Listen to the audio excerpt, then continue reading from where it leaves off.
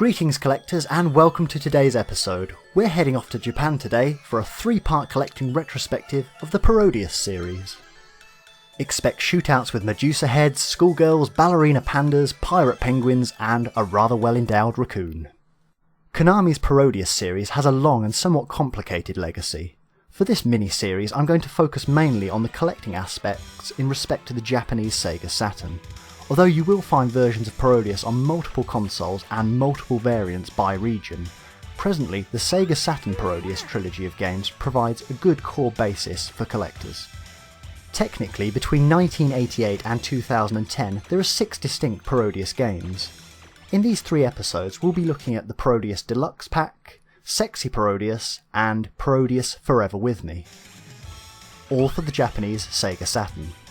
Kicking us off in 1995 is the Parodius Deluxe Pack, sometimes also translated as Gokujou Parodius Star Deluxe Pack. For any collector, this is a really good starting point to get a feel of the series. The collection contains 2 distinct games, Parodius Star and Parodius Fantastic Journey. The first game, Parodius Star or Shinwa Kara Owari, was a 1990 arcade sequel to the original Parodius game, released on the MSX in 1988.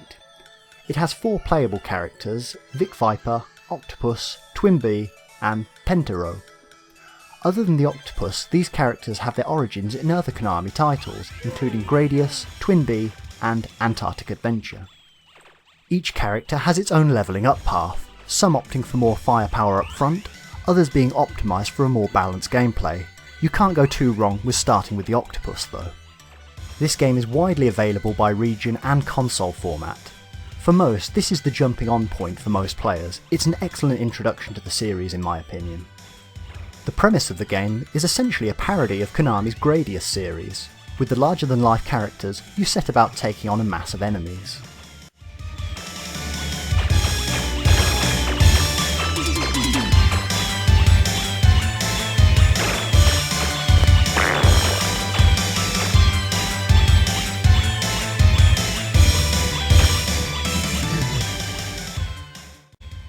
Killing certain sets of enemy wave or chickens will drop power-up orbs. Collect these and see your shot fire patterns increase. There's some nice customization in the menu system to allow automatic or manual ways of doing this. I would strongly recommend automatic for beginners and also one of the first 3 difficulty settings. This game has absolutely bags of character. The enemies are so bright and vivid, each boss fight is really well crafted and this is a game I wish I'd played years earlier than I did.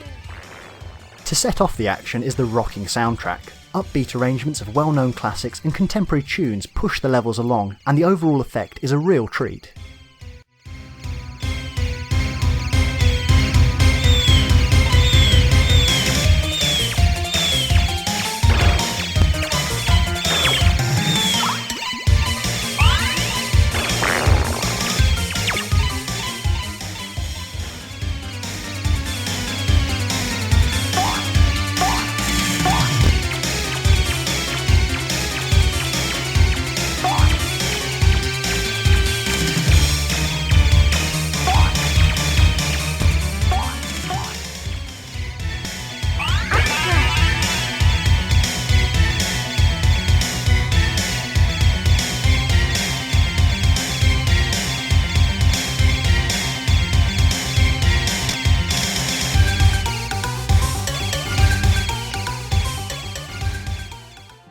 The second game in the collection is known as Parodius Fantastic Journey.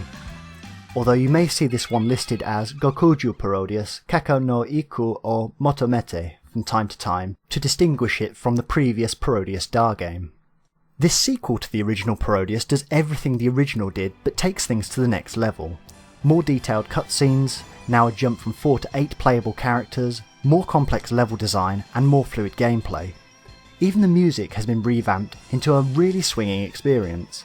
Having already been impressed by the Parodia Star, Parodius Fantastic Journey is an absolute killer sequel.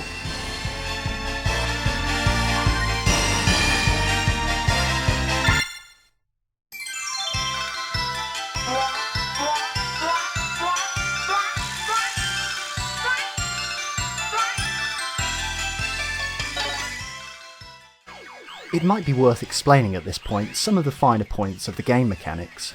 Hitting certain targets will release a collection of bells.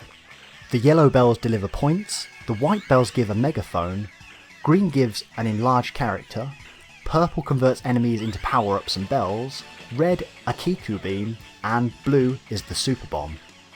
You can change the bells on offer by shooting them. It's a great additional skill to master, as you're likely to appreciate the bomb. It's tricky, but it does add another level of depth to the game. Speaking of difficulty, there's something for everyone with this game. A range of difficulty settings allow you to progress from novice to master. I've often found in the past that some Japanese shooters, such as Salamander, really drop you in at the deep end, so you'll be seeing the same first levels again and again. The easier settings let you progress and allow you to feel a little more invested in the game long term as you notch up the difficulty levels.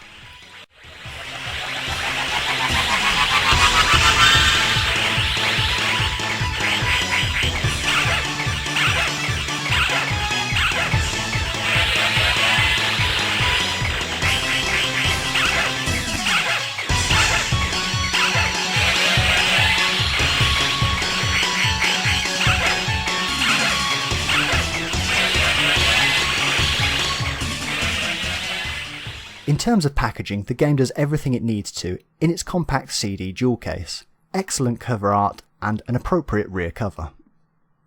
I would rate the manual better than standard in terms of quality and content. It divides itself between the two games, giving information on the bell system, upgrade paths, and also shows off the original game poster art.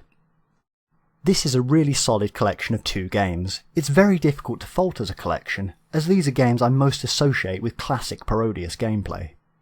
Here's a short montage of moments from the collection.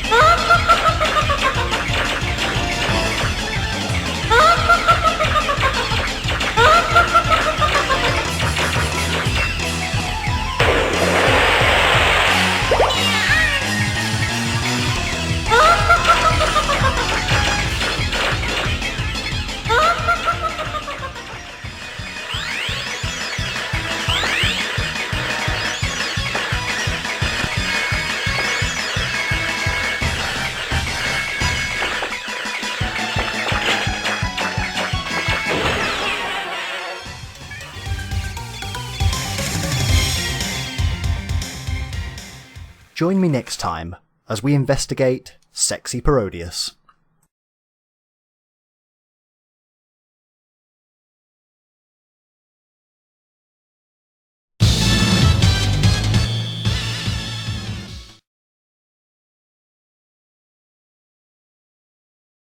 Hello again, I hope you enjoyed today's show and thank you for the view. Remember, you can always comment, like, subscribe and find us on the social media sites below. Happy collecting!